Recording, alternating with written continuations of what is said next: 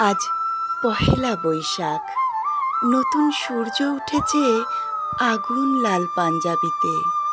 রাস্তায় নেমে এসেছে কাঁসর সানাই, মাঠ জুড়ে মেলা, মনে মনে খুশির জোয়ার।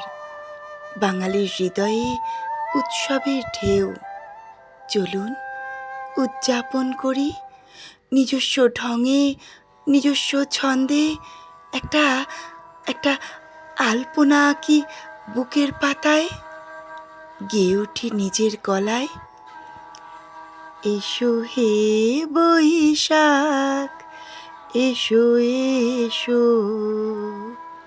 এসো হে বৈশাখ, এসো এসো।